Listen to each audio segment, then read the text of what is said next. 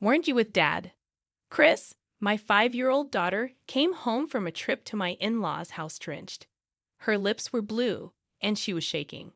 I left her with my husband, Andrew, so why did she come home by herself? I called Andrew out of shock, but his tone was the same as always. He said, I didn't bring Chris along. I didn't understand what he meant.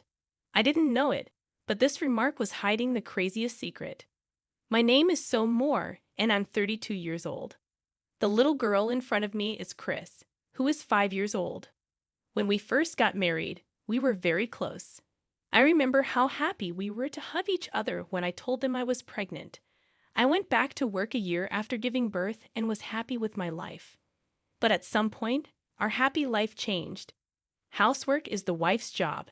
Even though my wife and I used to do things like housework and cleaning together, 2 years ago, Andrew all of a sudden started giving me all of the housework.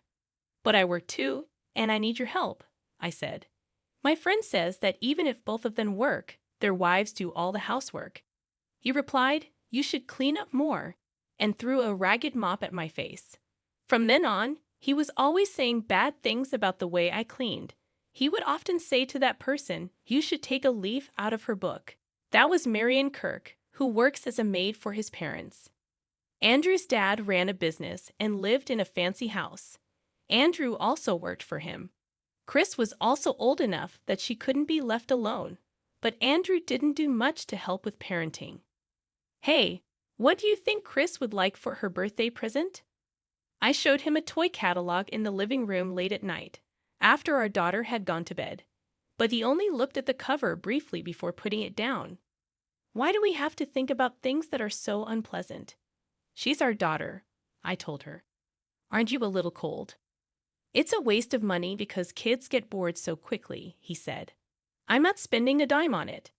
Andrew yelled as he stormed off to his room with the catalog in his hands. I thought he was refusing our daughter, so I wanted to talk to him about it. But Chris woke up and said, Mommy, I need to go to the toilet. This meant that the birthday present talk had to be put on hold. We never found a good time to talk again, and I ended up spending my own money on something a toy shop worker suggested.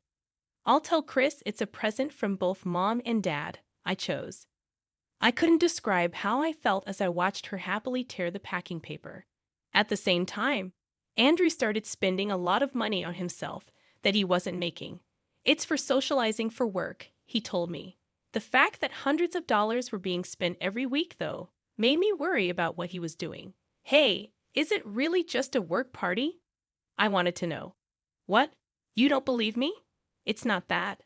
I just think you might be spending too much, I told her. I'm going to be the president of the company one day. I'll pay it all back then, so don't be so petty, Andrew said. He wouldn't listen and kept using the credit card, which put our money in danger since I wasn't making any money. I started to get mad at my husband because of this. But because Andrew and I came from different places, I couldn't fully blame him. Because his mom was a stay-at-home mom, he thinks cleaning is something only women do. Since my husband is the hair, he may be going through things I can't even imagine. I chose to be patient until he realized that women work too. I promised to help him as much as I could until he becomes a great CEO like his dad and is more at ease with his life. After some time, it was a Sunday in the middle of March. Yesterday was my mother-in-law's birthday, and every year we celebrated at my in-laws' house. Their house is just down the road from ours, about a 15-minute walk at an adult's pace. It might take more than twice as long with Chris, though, because she always wants to stop at the park on the way. Also, staying the night before these kinds of important events have become the norm. I can't wait to see Grandpa and Grandma. Chris loved going to see them every time. But I had to go to work on the Saturday before my mother-in-law's birthday, right as we were getting ready to leave with our bags from my in-laws' house. Mommy's got to work. Should we go to Grandma's house tomorrow? Chris was always a pleasure to be around because he was so mature for his age. I did feel bad, though, about making my in-laws take care of a kindergartner. No, I want to go, Chris said. She was ready to go and had her favorite toys packed in her backpack. If we stay, what should we do?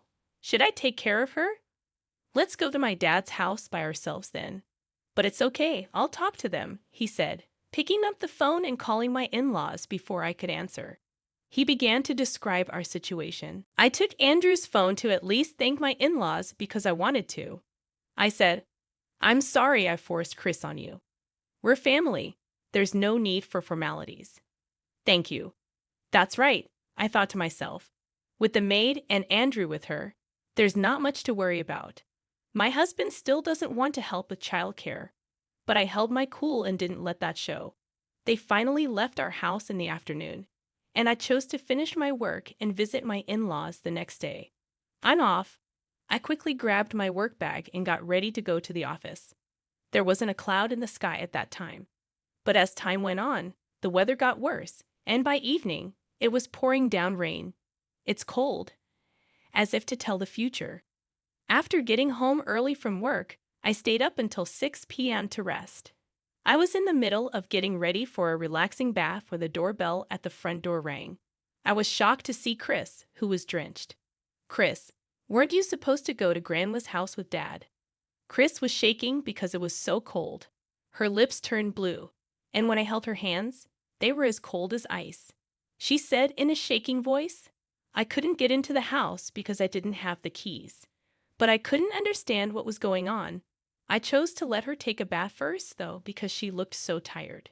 In the meantime, I called Andrew to let him know what was going on. I asked, "What's going on here?" "I forgot to bring her to my dad's house," he said. "What? I believed you were looking after her." "How could I know? She left on her own."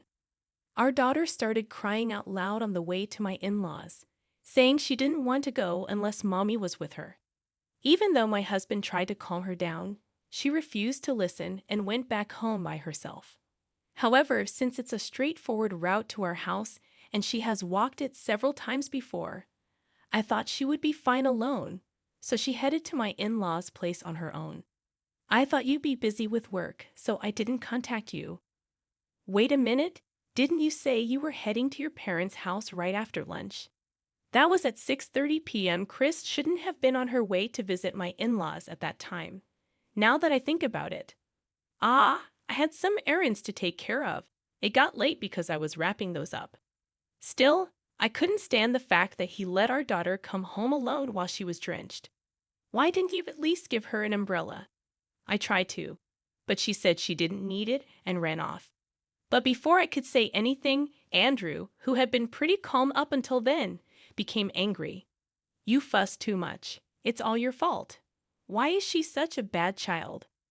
"She is not spoiled at all, no matter how I raise our daughter." Hearing that from my husband, who never paid attention to our daughter, made me so mad that I had to raise my voice. However, he refused to take responsibility for what he did. He finished the call by saying, "She is safe, so there's no problem," and then hung up by himself. When I tried to call him back, it looked like he had turned off his phone, and my in-law's number was set to message. I thought the only thing left to do was talk to her at this point. After things calmed down, I asked her to come over. "Why didn't you visit your grandmother today? You were excited about it." I asked. She looked down and her eyes lost their sparkle. I asked, "Is that true?" as she slowly opened her mouth to talk. She gave a deep nod, but there were still a lot of questions. I looked into everything I could in a short amount of time. That's what it was. Then I learned a shocking truth through something I didn't expect. This is terrible. I clenched my hands and said, "I will never forgive them." I was determined to get back at the person who had caused my daughter so much pain. I then yelled at my in-laws, "I'll be bringing Chris over tomorrow." And I couldn't sleep that night because I was so mad. I went to my in-laws' house the next day. Even the cleaner hadn't come yet. At 8 a.m., my daughter was playing in a room upstairs. So I went to the living room on the first floor, where my husband was still sleeping and snoring. "We need to talk," I told him, nudging him awake. "What's the big idea of waking me up so early in the morning?" He was upset. Hey, why do Mom and Dad look so scary? Just sit down. Today is my mother-in-law's birthday, so I really did not want to set up this meeting in the first place. But my mother-in-law thought something wasn't right over the phone, and said it would be better to talk about important things right away instead of later. I need you to do it quickly. He was initially complaining a lot, but after receiving a reprimand from his father, who is also the CEO of the company he works for, he reluctantly followed instructions. Hey, why did she come back yesterday so wet? Did I not tell you that she started to fuss and say she wanted to go back halfway through? Then what is this supposed to be? On the big screen of the TV, I showed a certain movie. What is this? He looked shocked, and he had good reason to be. The screen showed him and Marion, the maid, hugging each other tightly in the living room of my in-laws' house, as if they were in love. When did you film this? This was really filmed with a toy camera I got her for her birthday. Andrew and the maid must not have known they were being watched because the camera was small and looked like a toy. Chris didn't really know how to use the camera, and she didn't seem to know that she was filming them. When I found this video while investigating, I was really shocked. The two in the video paid no attention to the lens. You said you came here in the evening, but you actually left the house right after lunch, didn't you? Well, that's because. And you planned to hang out with her while your parents were away. I can't believe the housekeeper slept with you. My in-laws were at the department store when they got to my in-laws' house because the birthday present they had ordered was being brought. I had already confirmed this detail over the phone with them. So you told her to play near the park because she was in the way, and then you locked her out? Who told you that, Chris? She said she couldn't get into the house because she didn't have the keys, but I didn't understand what she meant, I asked. She said he didn't answer the knock, and he was told she walked to the park, but no one came to get her, and it began to rain, which made things even worse. She did what after I told him not to tell anyone? He made a face and clicked his tongue. The park and our house are very close, and she was able to see the lights on at home and figured I had come back. How could you do such a thing while our daughter was around? Before my husband kicked her out of the house, it looked like my daughter was really into hitting the camera buttons. She didn't seem to see her father having an affair, which was the only good thing about the circumstances. He put his hands together and said, "This was a one-time mistake. I'm sorry. But I had one more trick up my sleeve." Oh, then how do you explain this? I threw a bunch of love letters on the table. They seemed to be from Andrew to Marion. You went through my room without permission. You're the one who said I should clean up more, so I just happened to find it while cleaning every nook and cranny. He worked hard to get the stack of love letters together, but I quickly grabbed one of them. Let's see. To my beloved Marion. Do you call her that? Please stop it. I love you so much. I can't wait to kiss you. Sounds like something a middle schooler wrote. How embarrassing. As red as a crab that had been boiled. He put his hands over his ears. I gave him credit card bills and loan papers that I found in his room's trash as the last blow. You are setting aside a lot of money to buy women's brand name items. Additionally, you have taken on nearly the same amount of debt, right? I clearly matched the numbers on the two papers with my finger. You said you were spending money for work, but you were just splurging on your mistress. Based on the dates on the loan papers and love letters, the most recent one was from 3 years ago. It seems this was not just a one-time mistake. Even though he hadn't said a word until then, my father-in-law finally broke down and spoke. You are despicable. But I can't help it. Marion is cuter than you after all. Are you serious? My husband's dad gave Andrew a mean look, but Andrew didn't seem to care. He imagined himself and made a sleazy grin with his lips spread wide. Marion thinks of me first, and besides, she has a great body. Be quiet. Hey, don't start yelling all of a sudden. You scared me. My husband's father yelled at Andrew, and my wife's mother stood next to him and quietly agreed. He also said that the maid would be fired soon. He begged his parents to forgive him, but they didn't pay any attention. He then tried to pull his arm around my shoulder in a cheeky way. Can't you just make nice with my parents? Why should I have to do that? Because you're my wife, right? Wives should do what their husbands tell them to do. Don't rely on me only when it's convenient for you. I pushed his hand away hard and pushed him away with both hands. I'm planning to consult a lawyer. Are you serious about that? I intend to sue for child support, so be prepared. His parents told him to please think about this again after firing him from his job. He must have felt like he couldn't take me leaving him either. He bowed to me several times while sweating heavily. Please don't abandon me. Unexpectedly, he began to cry, and his face was covered in snot and tears. He looked sad. What you say won't change my mind, no matter what you say. Finally, my husband screamed, I'm so sorry, please forgive me, as he got down on his knees. But because my husband was greedy, our daughter Chris had to be alone in the park in the rain and pain for a while. He had been hurting our family for years. There was no longer any reason to feel sorry for him.